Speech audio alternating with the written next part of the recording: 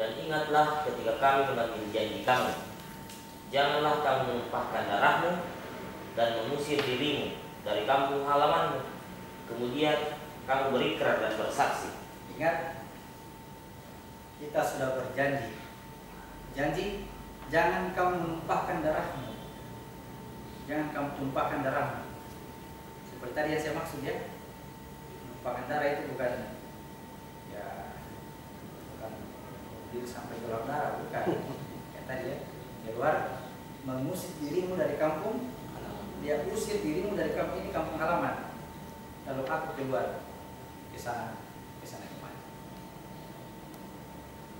Apa bedanya dengan perintah bunuh dirimu, keluar dari kampungmu? Di sini katakan kamu berjanji jangan kau usir dirimu dari kampungmu. Coba bandingkan dengan surat 4 ayat 66. Surah 4 ayat 66. Bandingkan ayat ini. Satu perintah bunuh diri, satu dilarang bunuh diri, mengusir diri dari kampung halaman. Satu perintah bunuh diri.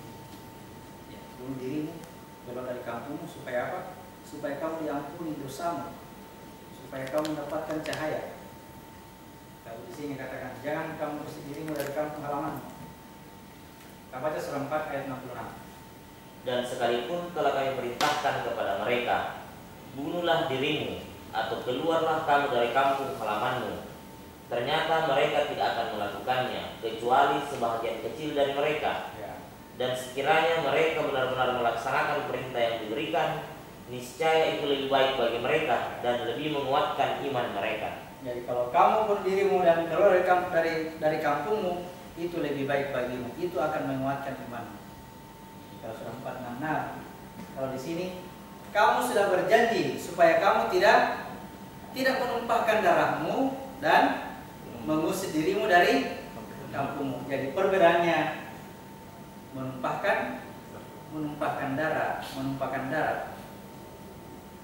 Kalau ini bunuh dirimu, keluar dari kampungmu, bukan keluar dari sini, bukan keluar dari diri. Kampungmu ada di sini. Ya. Negerinya Nabi Lut. Keluar dari sini masuk ke Ka'bah. Dari Ka'bah masuk ke Palestina. Dari Palestina tembus 7 lapis langit. 7 lapis langit naik ke atas. Bukan ke sana naik ke atas ke langit sana, tidak, dalam diri ini. Itu bedanya. Ini yang bisa menambah keimananmu. Tapi kalau ini bunuh dirimu, mati, keluar dari kampungmu, ini ya kemana-mana ya. Itu yang kemana-mana. Makanya bedanya dimulai dari menumpahkan darah. Kita tidak boleh menumpahkan darah. Mengusir dirimu dari kampung halaman. Oke. Itulah yang punya ifrit yang ditawarkan oleh ilmu terakhir yang ditawarkan oleh ifrit yang ditolak oleh Sulaiman. Sulaiman tidak menggunakan teknik seperti itu. Jadi jangan tertipu yang bahasa orang-orang yang belum mengetahui, orang yang zalim dan bodoh. Itu memang kesannya hebat, luar biasa, bagaimana tidak luar biasa seperti itu ya. Orangnya dari sini dia bisa kemana-mana. Hebat kan? Kata kita, kata Al-Quran, hati-hati ya. Ya, mau tidak mau pemindahan bagi sini harus terjadi. Maka datanglah seorang yang berilmu dari ahli kitab. Saya mau tanya lagi, apa itu ahli kitab? Yang punya jasa. Dia tidak pakai ilmu jin. Dia gunakan jasadnya sendiri. Tapi dengan ilmu, dengan teknik, dengan ilmu dari petunjuk dari Allah. Ilmu itu petunjuk dari Allah. Ahli kitab itu artinya dia orang berjasa, orang yang begini, yang bodoh-bodoh, zalim dan bodoh, jasadnya ada, tapi diberi petunjuk oleh Tuhan. Itulah yang disebut dengan orang yang berilmu dari ahli kitab. Jangan itu ahli kitab ditambah lagi Yahudi Nasrani, lagi ke sana itu, ke tempat lain ke sana, Israel sana. Kita itu yang dimaksud yang sudah menerima amanah berupa berupa tubuh ini. Tubuh inilah kitab kita sekarang yang tertulis, yang dibahasakan, dikalungkan di lehernya sebagai suatu ketetapan yang pasti kita,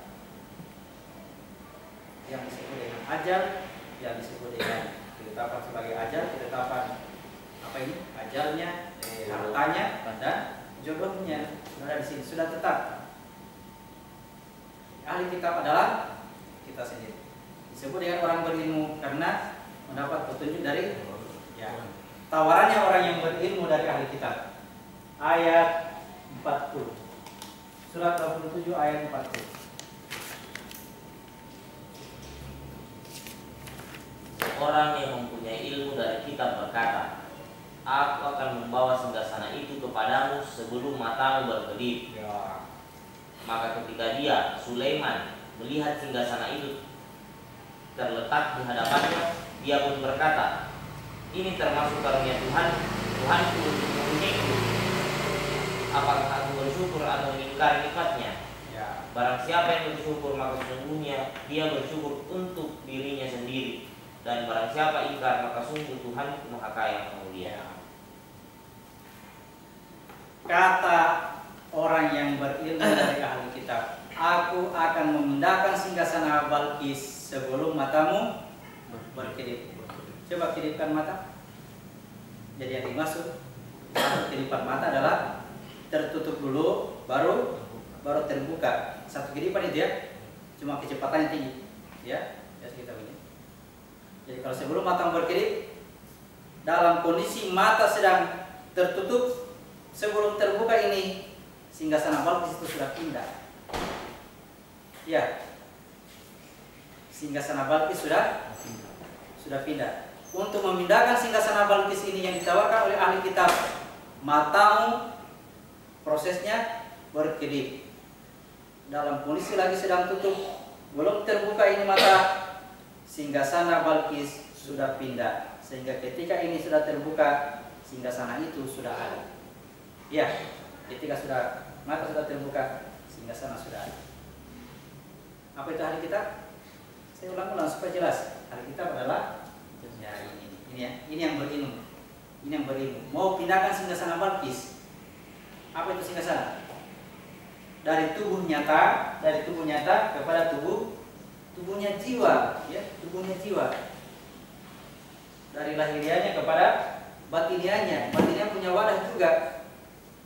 Untuk bisa melakukan pemindahan ini, sebelum matamu dalam kondisi dia sedang tertutup, singgasana itu sudah pindah.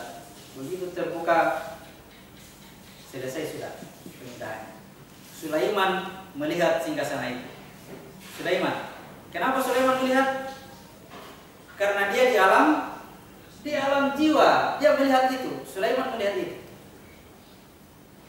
Kita bisa melihat atau tidak? Tidak bisa karena kita di alam sini. Tetapi kata Allah, kalau itu sudah terjadi, singgasana itu sudah pindah. Kata Allah, yakin apa tidak? Sulaiman melihat itu karena dia di alam jiwa.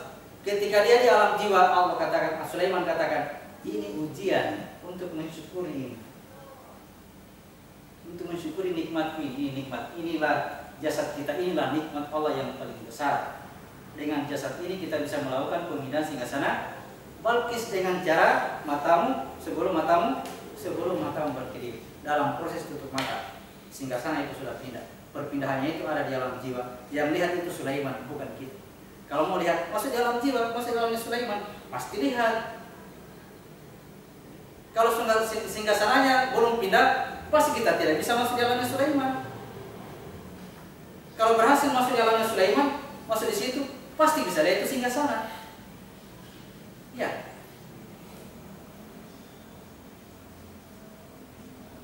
Prosesnya sebelum matamu berdiri. Dalam proses itu mata terjadilah perpindahan. Lihat urutannya. Tarikan napas bermakna basmalah, ya. Tarikan napas, kemudian mengancing, dia menutup dubur, ya, menutup dubur, kemudian melakukan gerak dan baca itu entah takbir, entah ruku, entah i'tidal, entah sujud, bangun dari sujud, semua dimulai dari tarikan napas. Tarik napas dulu, baru mengancing, baru takbir, Allahu Akbar. Kemudian ya baca doa semampunya. Ingat doa jangan sampai menjadikan napas ditarik kembali. Jangan. Lebih bagus kalau memang napasnya pendek, tidak usah dulu baca doa. Doa iftitah disunahkan. Kalau tidak dibaca tidak apa-apa. Yang berbahaya yang diingatkan jangan sampai gara-gara iftitah tarik napas lagi. Karena kata Allahu Akbar itu napas sudah dalam perjalanan naik.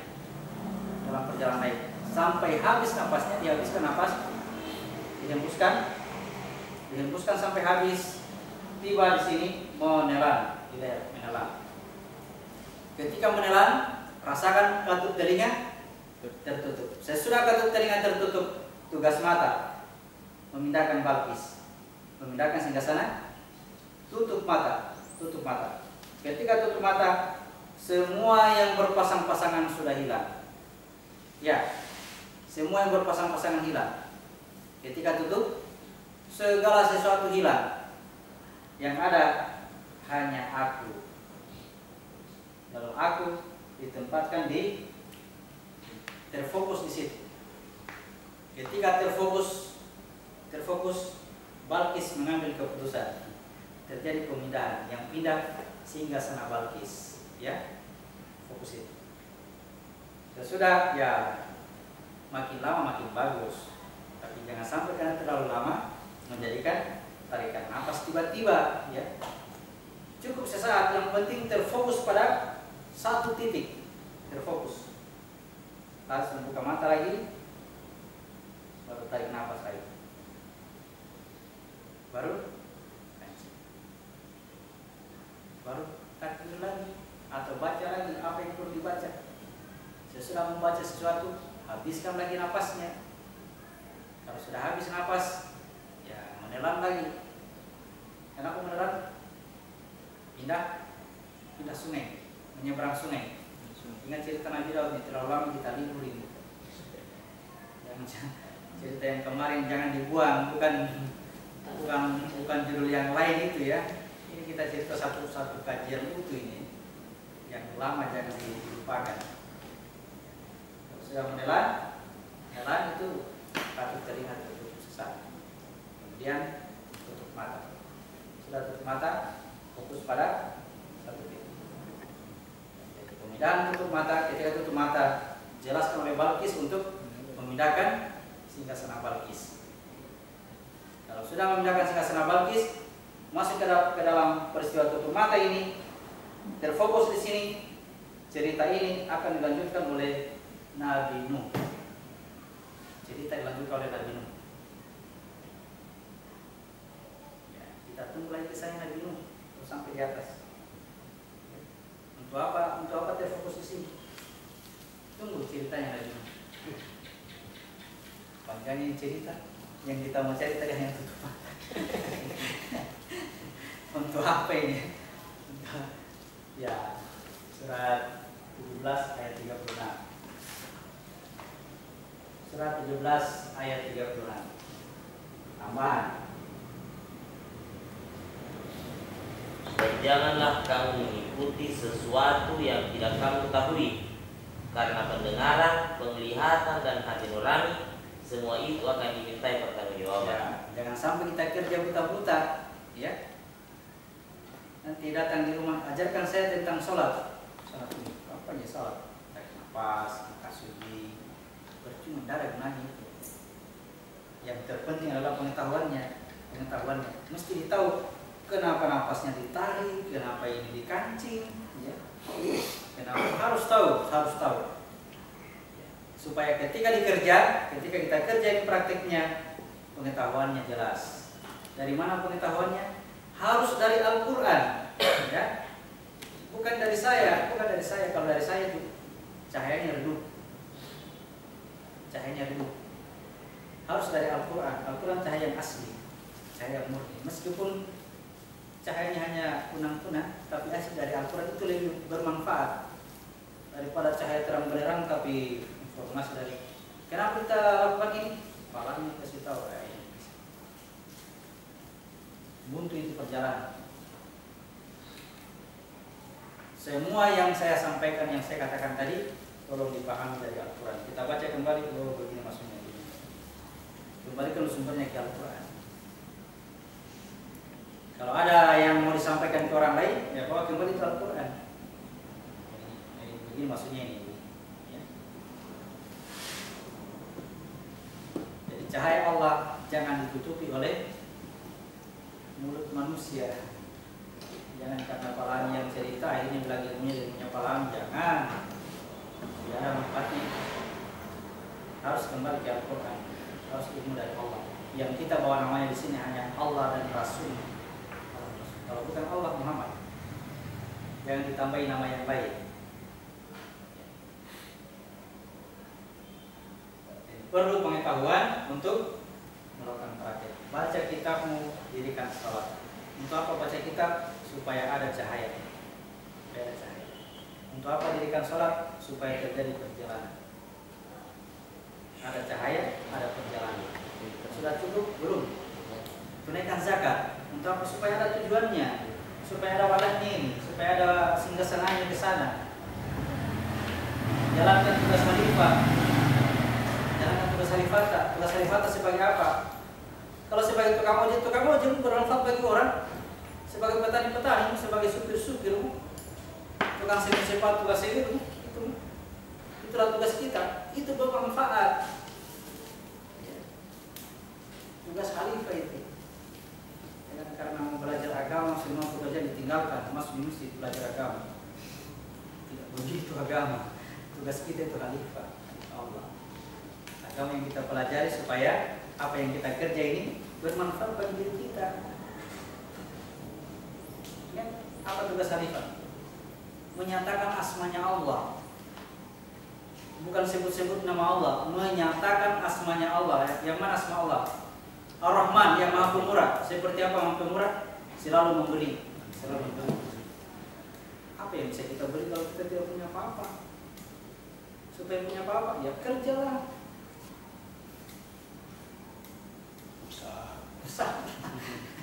Usahalah.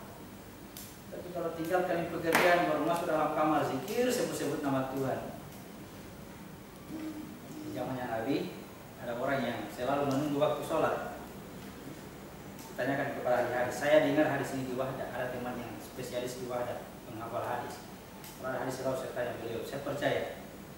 Ada orang di zamannya Nabi yang selalu menjaga waktu sholat.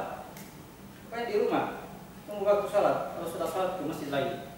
Zikir lama-lama. Bosan berzikir kembali lagi di rumah. Tunggu lagi waktu sholat. Kalau sudah mulai lagi bunyi masjid, pergi lagi masjid. Habis sholat zikir lagi, pulang lagi ke rumahnya. Malam tahajud, subuh, tunggu lagi habis sholat subuh, tunggu lagi sholat apa lagi? Sholat duha. Habis sholat duha, banyak sholat dia tunggu. Sampai Nabi bertanya, siapa yang kasih makan dia? Siapa yang kasih makan dia? Dia bilang ada temannya, ada sepupunya orang Yahudi. Orang Yahudi itu apa kerjanya itu orang Yahudi? Berdagang dia. Tidak pernah pergi ke masjid, dia berdagang. Dia bawa barangnya ke kota, dari kota pulang lagi, banyak makanan dia kasih makan. Itu orang yang sembahyang, orang yang pergi di masjid dia kasih makan. Apa kata Nabi? Itu orang Yahudi duluan masuk surga dibanding yang Kristen. Pernah dengar hadis ini? Nanti tanya ke orang yang betul nggak seperti itu. Tugas kita khalifah Allah, menyatakan asmanya Allah, menyatakan seperti apa sifat pemurahnya, seperti apa sifat penyayangnya, seperti apa sifat penolongnya, sifat menciptanya, sifat memelihara dan sebagainya. Nyatakan itu, bukan disebut-sebut, ya, bukan disebut-sebut. Yang disebut-sebut biarlah malaikat, tidak kurang jumlahnya malaikat, tidak pernah berkurang satu kata kalau malaikat sebut Tuhan. Mereka selalu bertasbih memuji dan mensucikan nama Tuhan. Itu tugas malaikat. Tugas kita menyatakan asma ini menjadi nyata di alam nyata ini. Itulah khalifah. Apa yang kita lakukan itulah yang mendukung ini, yang mendukung zakat kita ini. Zakat inilah kita punya harta ya. Dengan menolong tidak menjadikan tangan ini terpotong, tidak. Saya justru dibuatkan tangan yang baru. Jadi setelah wadahnya sudah sempurna, maka aku ke sana. Aku ke sana, ini akan habis ya. Jasad ini akan habis. Jasad ini akan habis. Karena dia terikat ruang dan waktu. Habisnya jasad ini disebut dengan ajal. Masa pakainya sudah habis. Masa pakainya sudah habis. Itulah ajal. Kalau sudah habis masa pakainya, aku tidak bisa lagi tinggal di dalam, maka aku keluar. Aku keluar. Keluar ini mesti dibuatkan wadah di sana. Mesti dibuatkan wadah. Ketika aku keluar di sana dan ada wadahnya, maka aku selamat. Ketika aku keluar ke sana, ternyata tidak ada wadahnya. Lalu aku kembali ke sini. Begitu kembali ke sini, ternyata ini sudah hancur. Tidak bisa tinggal lagi di situ. Sudah jadi tulang, sudah dimakan ulat di kuburan. Akhirnya aku menjadi ya begini terus kerjanya. Ya, sampai suatu waktu mau tidak mau harus dibuatkan wadahnya. Ketika dibuatkan wadahnya, wadah itu dibahasakan dalam Al-Quran, dia diberikan kitab dari tangan kirinya atau dari belakangnya. Jadi ini jadi kitab. Ini kitab semua. Lalu bacalah kitabmu, baca kitabmu, baca kitab, lihat dirimu sempurna, cacat. Masing-masing menjadi saksi bagi dirinya sendiri, tidak saling nyontek. Ketika dia dipaksa untuk menerima wadah ini, kitab ini dari belakang, kitab ini penuh luka, jasad ini bocor-bocor, banyak lubang, banyak nanahnya, lidah ini, lidah. Pernah rasakan lidah sariawan, kena sariawan? Biar makanan enak itu bilang seperti duri itu masih di dalam. Dikatakan mereka makan duri, minum dari duri. Bukan minumannya duri, bukan. Ya, minumannya air segar, buah-buahan, tapi di dalamnya luka-luka.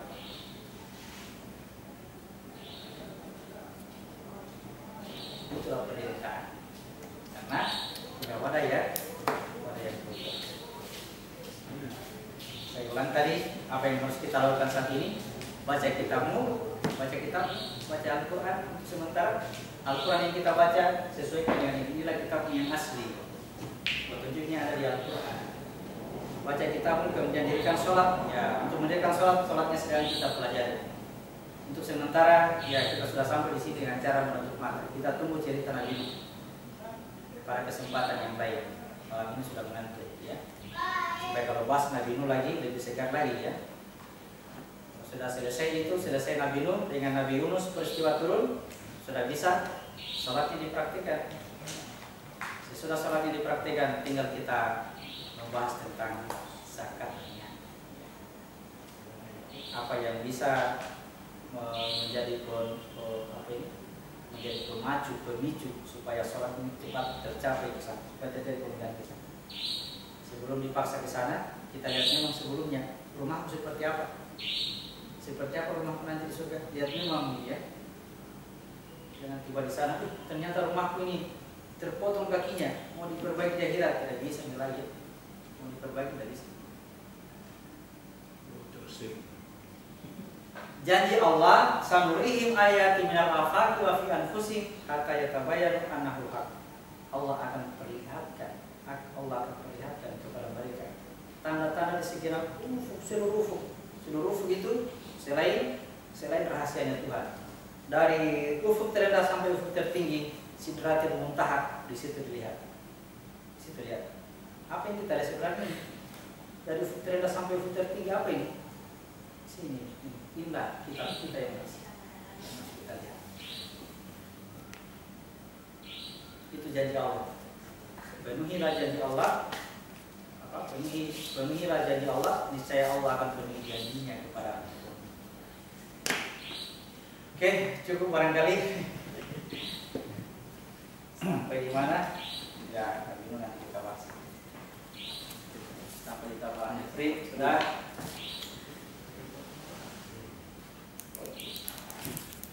Ya, kita selesaikan dulu barangkali. Masih ada sedikit.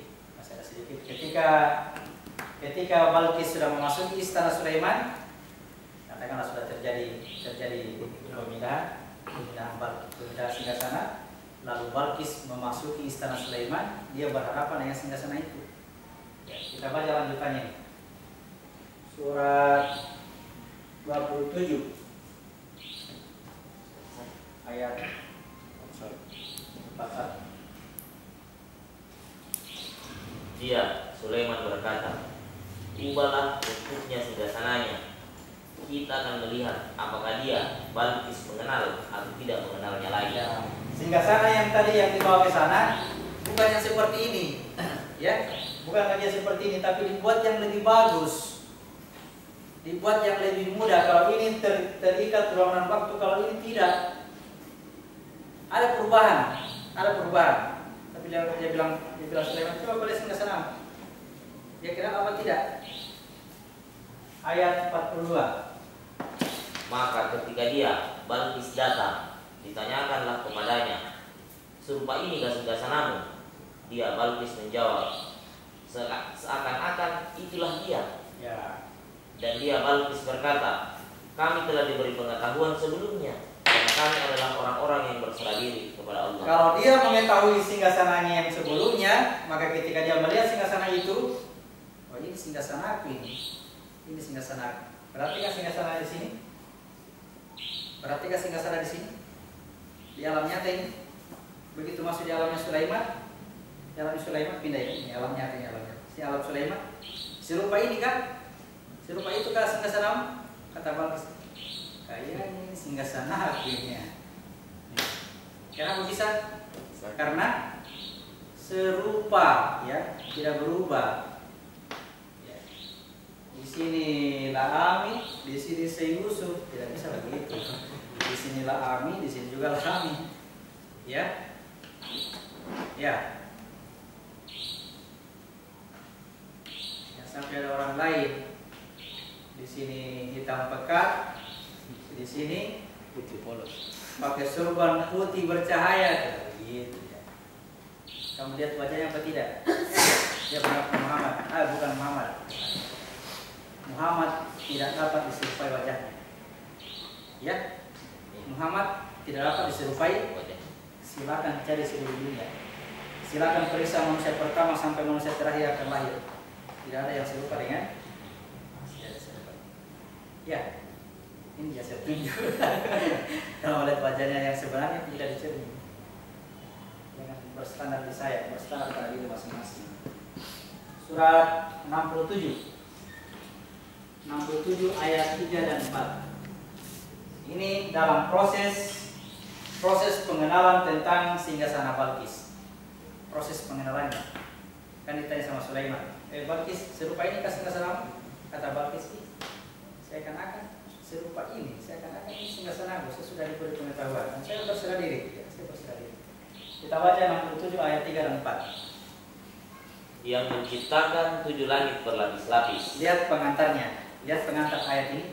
Yang menciptakan 7 langit berlapis-lapis. Perhatikan, ini 7 bumi. Ini ya, ini yang dikiaskan dengan 7 lapis bumi. Ini yang dikiaskan dengan 7 lapis langit, unsur langit. Ya, paham ya? Lanjut. Tidak akan kamu lihat sesuatu yang tidak seimbang pada ciptaan Tuhan yang Maha Pengasih. Pasti seimbang. Tidak ada yang bengkok-bengkok, tidak ada yang miring. Kalau masih ada yang miring, masih ada yang cacat, pasti tidak bisa lihat. Maka lihatlah sekali lagi. Adakah kamu lihat sesuatu yang cacat? Perhatikan sekali lagi. Perhatikan sekali lagi. Cucuk itu kan? Cucuk kan? Lanjut. Kemudian ulangi pandanganmu sekali lagi dan sekali lagi. Rupanya kita disuruh periksa baik-baik, ya. Jangan begitu lihat langsung bilang saya sudah lihat ya. Tunggu dulu, tolak dulu, tolak dulu. Meskipun memang sudah diam, tolak. Tidak, pergi kau, pergi. Kenapa itu? Nanti saya kasih tahu rahasia. Niscaya pandanganmu akan kembali kepadamu tanpa menemukan cacat dan ia pandanganmu dalam keadaan bersih. Ya, akhirnya karena perhatikan sekali lagi sehingga perhatianmu itu mengarah kepada dirimu sendiri tanpa cacat.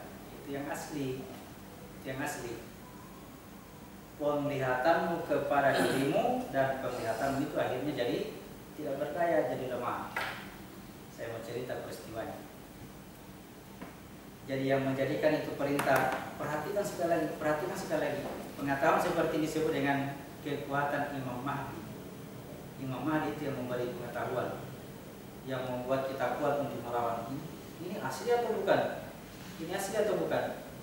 Karena sudah tidak cacat, tidak ada cacat yang sempurna, gagah, ya.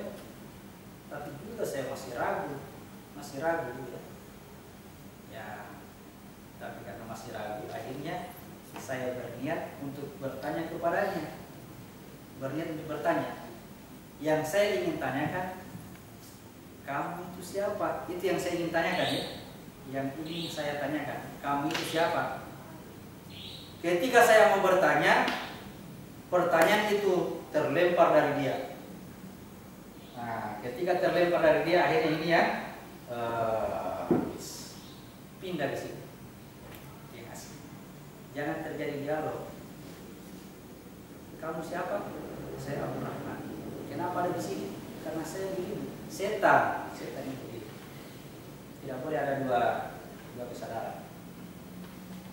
Karena kalau penglihatan sudah kembali kepada diri, penglihatan itu akan lemah. Satu harus habis. Tidak boleh dialog. Saya ulang, tidak boleh dialog. Ada yang punya teman namanya Korin, dia akan Korin. Sekali dia selalu bertanya kepada Korinnya. Ketika dia selalu bertanya kepada Korinnya menjawab, dan selalu jawabannya benar. Akan ada itu nanti bisa ada yang bawa narkoba, sama itu kata Korin. Pergi pernikahan ke sana, anggota itu betul. Karena kejadian seperti ini, akhirnya dia percaya Korin. Korin yang sama dengan diri. Dia katakan, itunya dia bertanya, sudah benar kan seperti ini? Saya katakan, tidak boleh dialog, tidak boleh dua kesadaran. Kesadaran itu, aku itu hanya satu. Aku hanya satu kesadaran. Kalau memang dia adalah diriku, akunya hanya satu.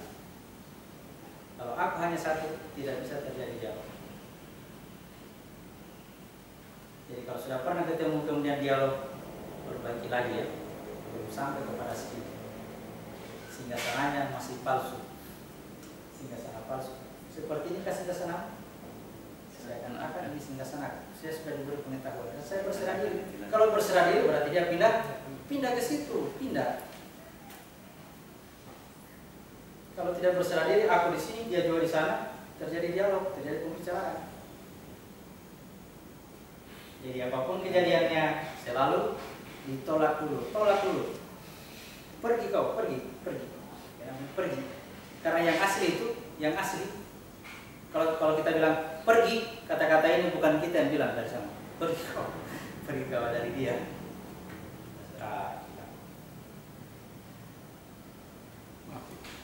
Satu harus lemah, tidak boleh dua.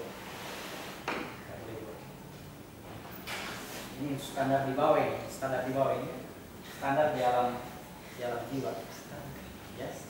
Kenapa saya bilang standar di bawah? Di atas lebih heboh lagi.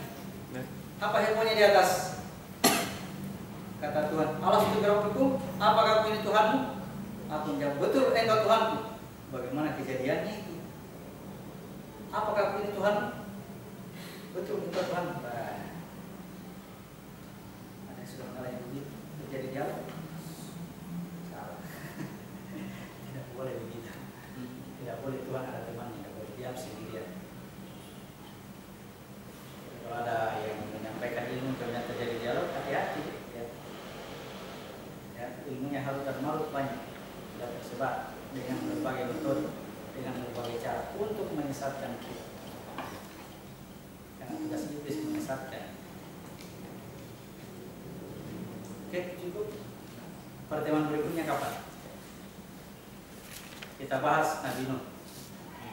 Saya kasih info supaya penjelasan tidak terlalu berat kita pahami. Itu ada di YouTube yang saya sudah upload itu. Buka di YouTube, cari itu yang berkaitan cerita Nabi Nuh.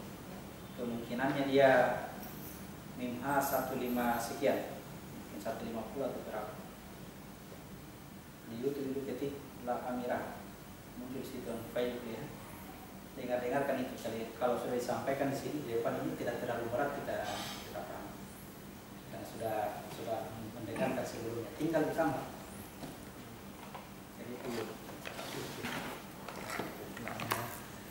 barangkali cukup. Sampai pertemuan berikutnya.